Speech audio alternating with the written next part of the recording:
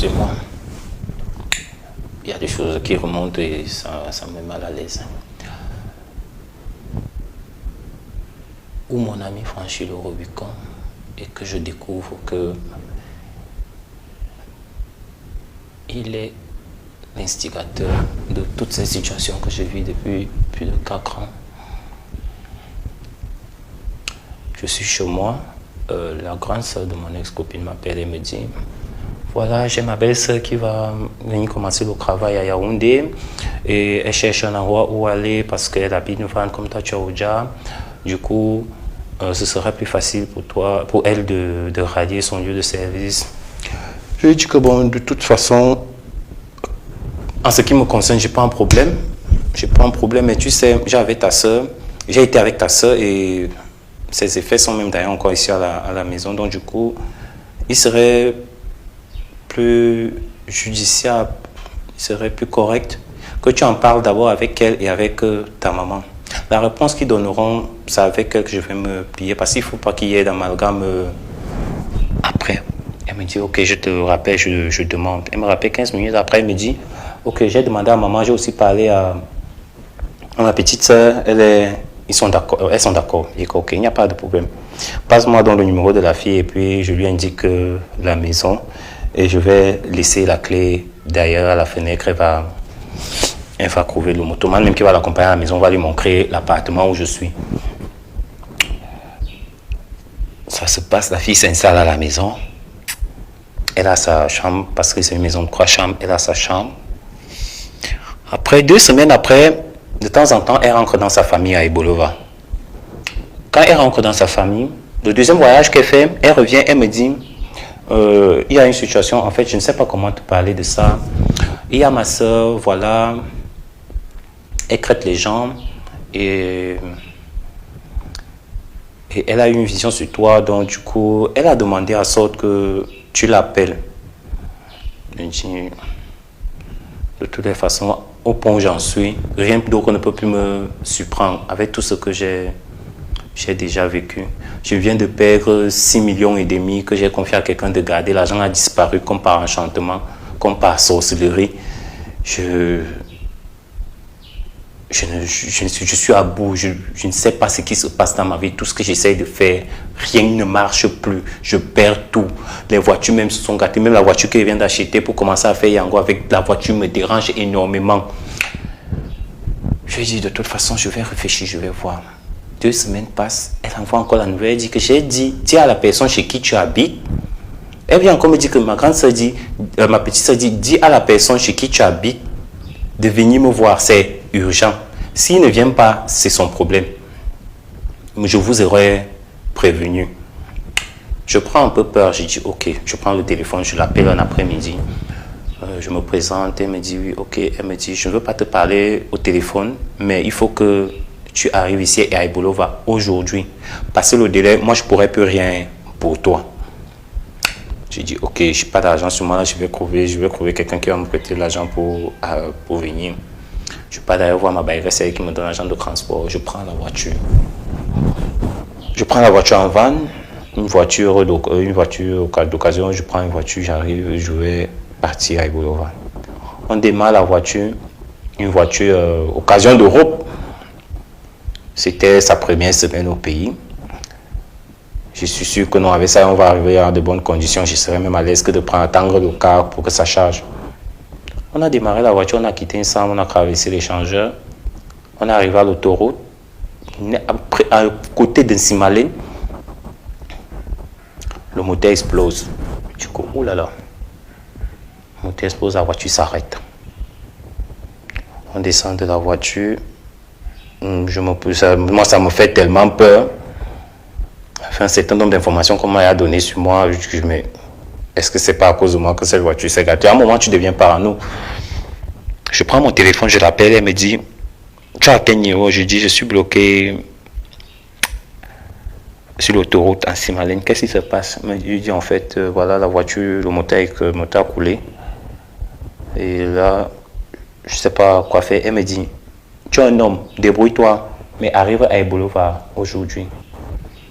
Je suis presque à 4 km de Simalène. Et sur le tronçon de l'autoroute, il n'y a pas de taxi.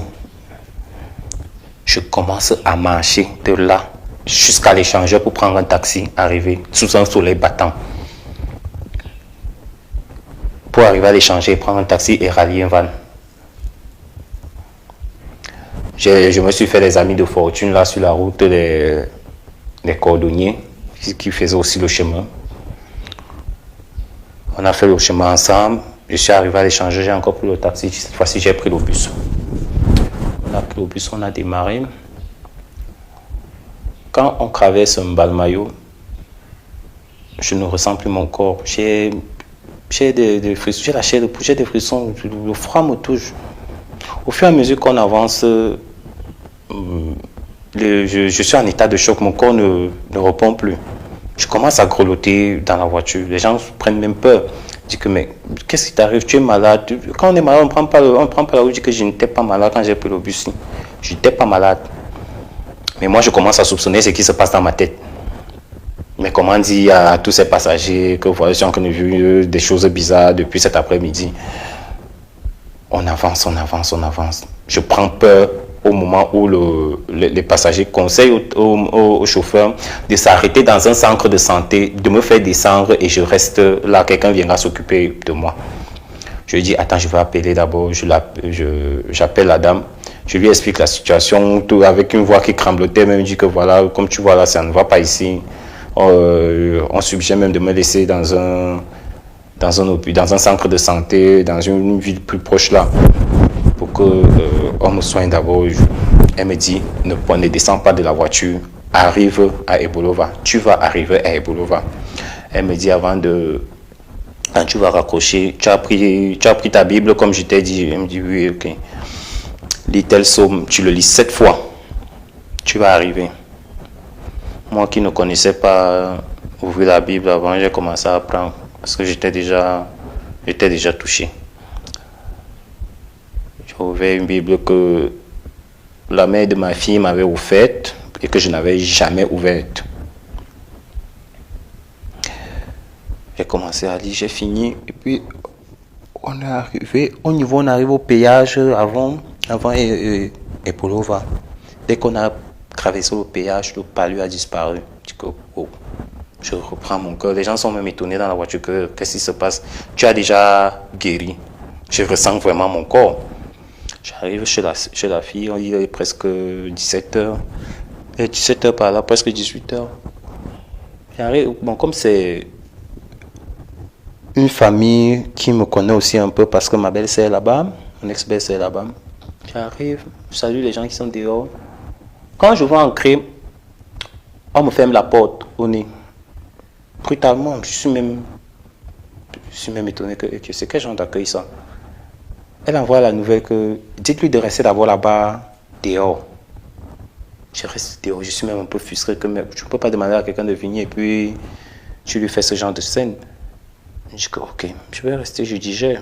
De toute façon, tu as digéré plus que ça, donc rien ne peut plus t'étonner. C'est dans cet état d'esprit que je suis, rien ne peut plus m'étonner. 15 minutes après, on ouvre la porte. Elle dit, il peut ancrer. Tu vois comment elle verse cette encre devant la porte. Elle me demande de m'asseoir juste en face d'elle. Elle me demande, ça va, tu t'appelles qui? Je m'appelle Franck Ebodé. Ça va. Elle me dit que si ça allait, je n'allais pas venir ici. Elle me dit, en fait, ne vois pas comme on t'a fermé la porte là. C'est qu'en fait, c'était pas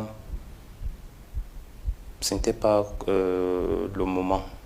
Quand tu es arrivé, tu m'as surpris, tu m'as même pas dit que tu étais à côté de la maison. Je me serais préparé en conséquence. En fait, ce qui se passe, c'est que tu n'es pas seul. Je lui dis, mais je ne suis pas seul. Comment? Il dit que non, tu n'es pas venu seul. Il y a toute une légion à ta suite. Tu n'es pas seul. Donc, je ne pouvais pas accepter que tu entres comme ça sans que je ne barricade la maison. C'est quand même une maison d'habitation. Il y a des gens qui vivent ici, là, donc il y a des choses que je ne peux pas laisser ancrer. Donc, ne te fâche pas. Voilà ce qui s'est passé réellement. Je suis d'abord stupéfait que une légion. Je dis que bon, allons-y. Nous sommes déjà à ce niveau. Elle me dit, Après, elle me pose la question, pourquoi tu es allé ancrer dans une secte? J'ai ancré dans une secte. Elle me dit, oui, je te pose encore la question, pourquoi tu es dans une secte? Je dis que bon, honnêtement, si je suis dans une secte, et ma vie va aussi mal depuis des années comme ça, là, et puis je viens me présenter ici là pour voir un peu si je peux trouver une situation, même pas la prière. Elle me dit, ton nom serait dans un livre, dans une secte. Elle recommence encore les langues en crance. Quand elle revient à elle, elle me dit, je t'ai vu parce que ton nom est inscrit.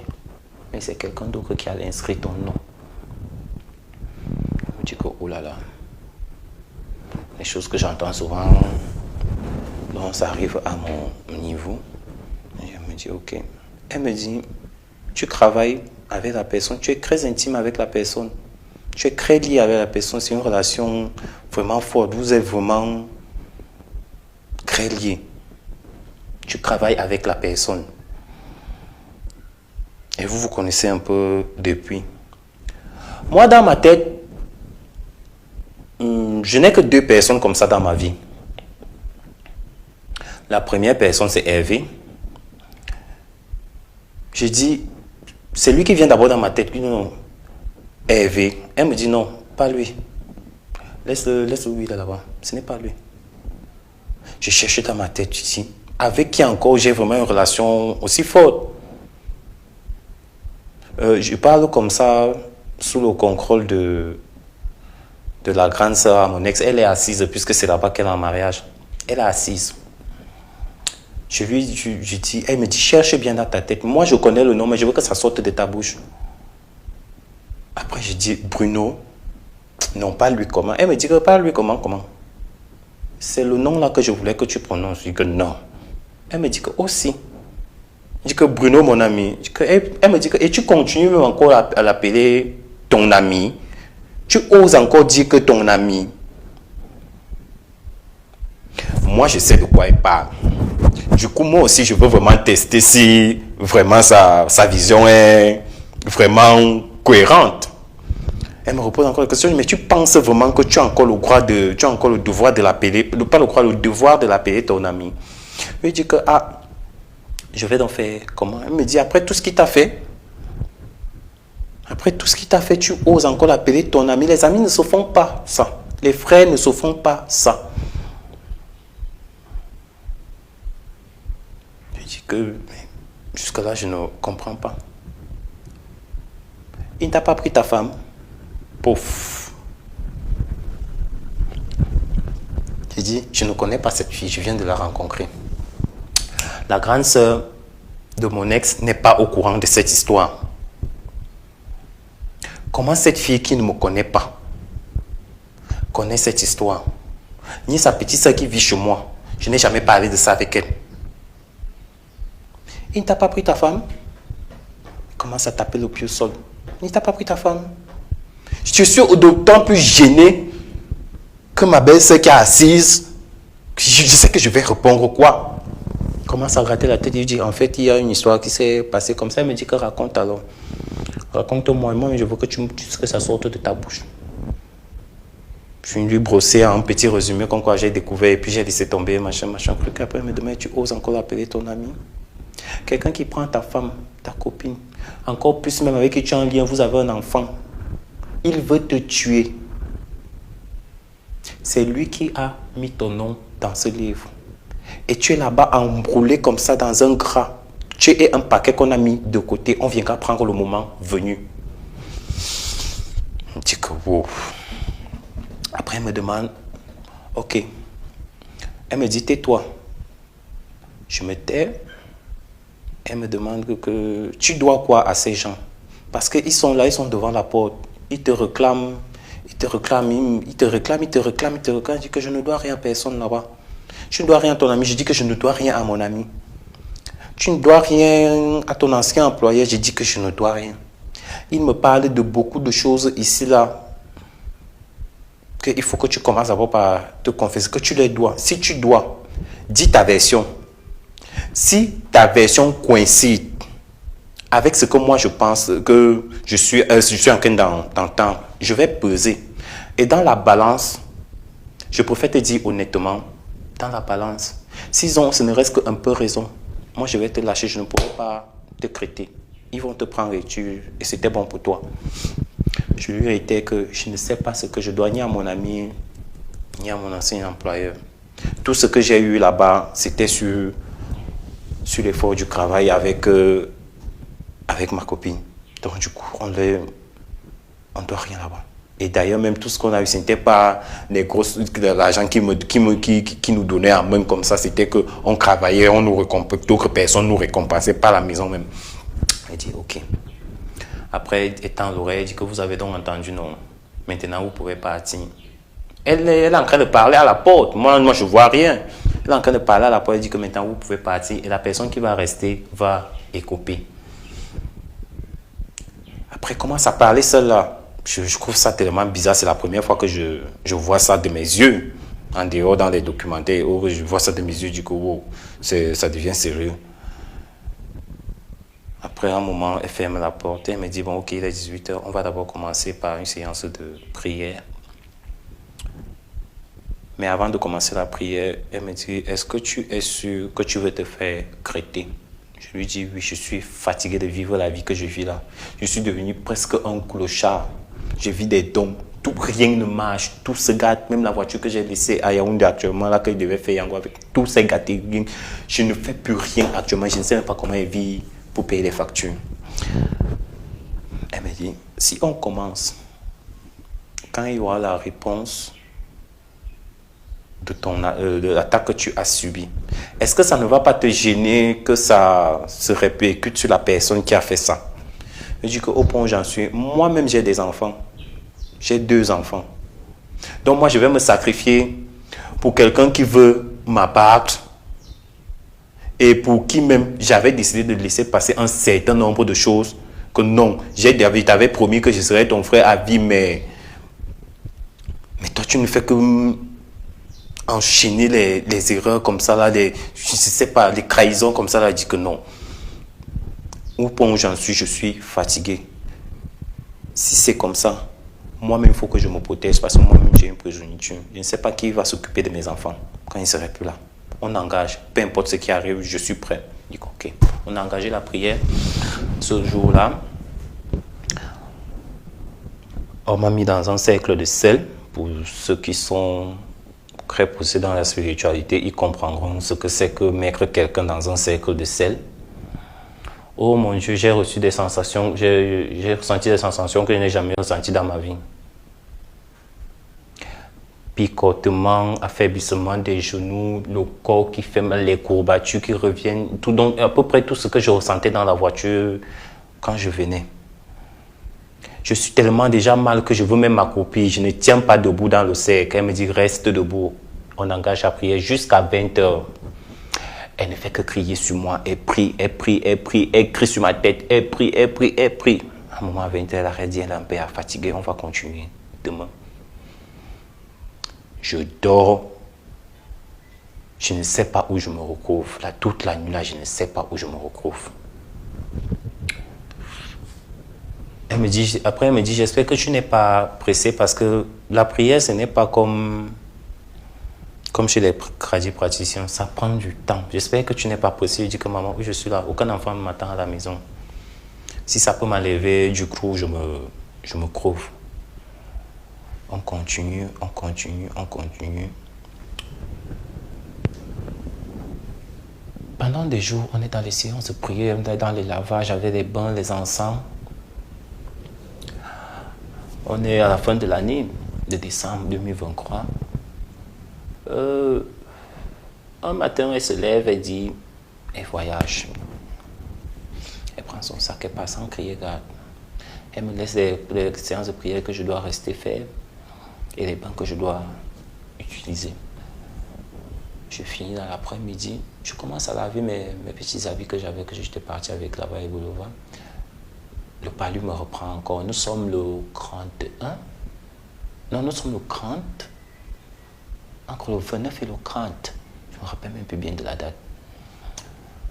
on va bientôt fêter le réveillon. Je pense que c'était le 30, oui. C'était le 30. 30 après-midi. Un palu indescriptible m'arrête. Je ne comprends pas ma tête. Je force quand même à finir de rincer mes habits, je les sèche. Quand je finis de sécher les habits, je ne tiens plus debout. Je rampe presque pour aller dans la chambre me coucher. Étant là-bas, je grelotte, je sens mon corps est glacé. Donc c'est glacé, ça chauffe, c'est glacé, ça chauffe, les frissons, la chair de poule. Je commence à prier dans le cœur que ouais, la fille, si tu as commencé un travail sur moi maintenant, tu as voyagé. Quand tu me laisses comme ça là, maintenant, je sais que qu'est-ce qui est en train de se passer. Moi, je n'ai pas les yeux pour voir. Je prie dans le cœur, je prie dans le cœur, je prie dans le cœur. De temps en temps, sa maman vient me regarder dans la chambre, mais qu'est-ce qui ne va pas? Elle aussi, quand elle engage, elle est dans la prière avec moi, elle engage. À un moment, je suis à bout, je dis que ouais, la fille, si pardon, viens. Je commence à parler dans mon cœur, pardon, viens. Moi, je ne sais pas qu'au moment où l'attaque a commencé, elle a pris la route, elle est revenue